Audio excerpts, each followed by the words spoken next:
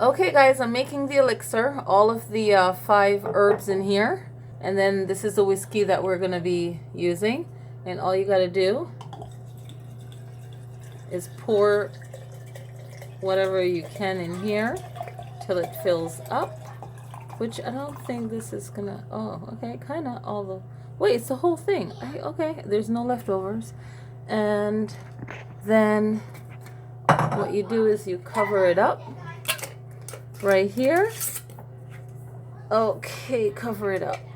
Hopefully that's good. And I'll just mix it around, and then you let it sit for like a month, and or 2 weeks, but a month should be good.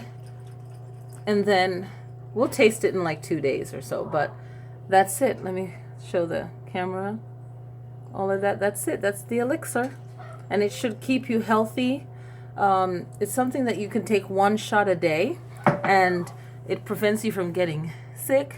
So this is my first elixir that I've made with alcohol that I learned from my Sifu in medical Qigong theory. And I'm going to make another one that he showed to us at another workshop. So I hope you guys like it. I'll share more later. Non-alcoholic and no alcohol ones. Okay? All right, later guys.